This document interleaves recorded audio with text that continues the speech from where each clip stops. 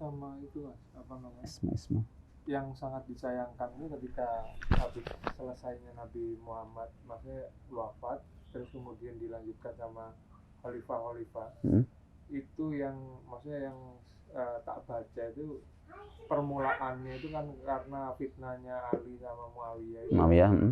Sehingga akhirnya Islam yang tadinya khalifah berubah sistem kenegaraannya jadi betul, kerajaan. Nah, itu Muawiyah, monarki sampai zaman sampai terakhir gitu ya. Nah, itu adakah kemungkinan untuk balik lagi ke itu, maksudnya zaman kenabian, zaman para khalifah, Khulafaur Rasyidin, Iya. Itu. Soalnya kalau ngelihat cara bernegaranya Nabi itu sampai benar-benar dia itu pemimpin umat, tapi beliaunya itu tinggal di tempat yang sederhana. Karena tidurnya di pelepah kurma.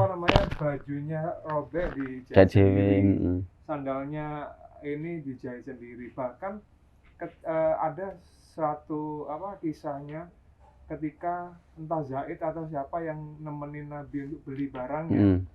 Misal Nabi pengen ke pasar beli baju. Ketika Nabi beli, si sahabat ini Harisah, itu meminta untuk membawakan. Nabi sampai bilang, "Nggak usah, cukuplah yang membeli itu yang membawakan barangnya." Nah itu maksudnya sangat berbeda ketika ketika udah melebar nih, ada di tempat-tempat tertentu itu yang akhirnya membuat yang gubernurnya itu dibikinkan istana gitu. Iya. Nah itu sebenarnya dasarnya itu apakah ada pemikiran setan yang masuk di situ atau gimana? Iya. Memang ketika Muawiyah itu memimpin jadi khalifah, itu sistemnya dia rubah gitu. Dari yang awalnya itu adalah sistem semua orang bisa jadi khalifah, itu jadi eksklusif, jadi anaknya, putra mahkota. Sehingga sampai zaman kekhalifahan Utsmani 1924 dia bubar. Nah, itu turun temurun memang anaknya gitu. Ini sebenarnya salah di situ. Itu sudah nggak sesuai dengan manhajnya Rasul itu ya, nggak sesuai dengan Khulafaur Rasyidin. Tapi yang menjadi intinya adalah meskipun itu dipilih berdasarkan putra mahkota, tapi prosesnya itu adalah baiat, tetap baiat sebenarnya. Tapi cuman tetap sah sebenarnya. Cuman salahnya itu adalah mereka putra mahkota jadinya gitu. Tapi tetap sih rakyat itu membaiat khalifah-khalifah setelahnya itu. Itu memang terjadi terjadi kekacauan dulu itu ya. Sehingga kayak gitu. Makanya gini. Harus membedakan antara muslim dengan Islam. Islam itu pasti benar, muslim itu belum tentu. Ya. Ketika mendapati seorang muslim itu melakukan hal yang error, berarti yang salah adalah muslimnya. Sama dengan khalifah misalkan. Khalifah itu ada kan dulu khalifah yang ini. Saya kok lupa ya. Khalifah yang pahamnya itu ini ya, paham Mu'tazilah, paham yang mengatakan bahwasanya mengatakan Al-Quran itu adalah makhluk. Itu ada dulu. Jadi penyimpangan itu ada.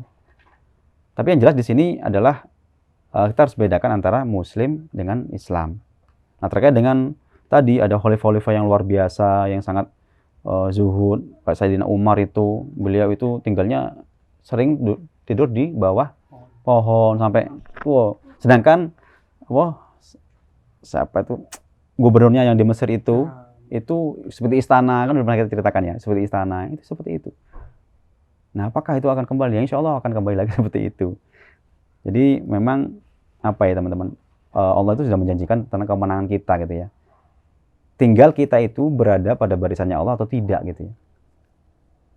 Contoh misalkan paling mudah adalah ketika Islam dihina, Quran dibakar. Ini ada dua pilihan, kita diam atau kita memprotes. Kan gitu. Hanya ada dua sisi. Nah, jangan sampai kita itu berada pada sisi yang bukan membela syariatnya Allah gitu. Sekalipun kita cuma sharing misalkan, ya Allah di sini ada pembakaran Quran, semoga semoga ini nih. Itu termasuk satu pembelaan. Jangan sampai kita diam doang. Itu membatiniah ya. Batin dia. Makanya kata Rasulullah kan ada 3 level ya. Kalau ada kemungkaran itu dengan tangan dan kekuasaan, dengan lisan dan dengan hati. Jangan sampai ketiga-tiganya enggak sama sekali. Kita beriman atau enggak gitu. Sebenarnya iman adalah mengingkari dalam hati. Ketika ada misalkan orang, misalkan ya, ada yang misalkan pacaran, misalkan ada orang pacaran di depan. Jangan sampai kita nggak ngusir gitu ya. Kalau kita memang di rumah kita, ya kita usir, kita punya kekuasaan. Kalau misalkan di depan, kita nggak ngapa-ngapain, kita diem aja, itu bahaya juga. Itu nggak punya iman kita berarti. Kata Rasulullah kayak gitu. Selama-lamanya iman berarti kita, ya Allah itu perbuatan yang mungkar, ya Allah itu saya nggak suka gitu, ya Allah itu salah, ya Allah. Itu berarti salah satu menolak kemungkaran gitu ya. Dalam hati kita itu adalah selama-lamanya iman. Jangan sampai gak blas, gak melarang, iya gak melarang, gak ngomongi, gak mengingkari dalam hati bisa. Gak ada iman berarti gitu. Beno ini bahaya teman-teman. Termasuk tadinya kemungkaran seperti itu. Atau ada kezaliman seperti itu ya. Itu ini apa namanya? Tadi balik lagi ke sana ke tadi khalifah tadi ya. Ya insya Allah adalah dalilnya itu bahwasanya nanti akan kembali kepada masa alamin haji nubuwah itu. Jadi kehidupan yang sama seperti zaman para khulafaur rasyidin itu sudah ada nanti.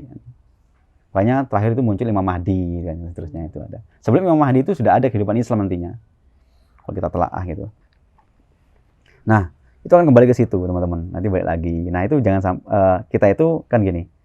Kita hidup di zaman mulkan jabriyatan. Mulkan jabriyatan ini berarti penguasa jabriyatan itu memaksa, diktator. Sekarang ini kita itu.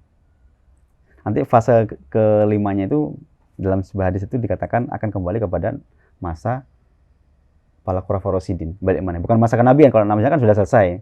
Karena ada nabi selesai. Kemudian diganti oleh khulafaur rasyidin. Nanti akan kembali kepada masa itu nantinya. Dengan modern ya, bukan kembali ke masa naik unta enggak. Maksudnya itu sistemnya itu sama seperti zaman dulu. Bukan kita kembali ke zaman dulu naik unta, naik apa gitu. Maksudnya itu sistemnya dengan tampilan yang modern, tapi sistemnya itu sama seperti zaman dulu.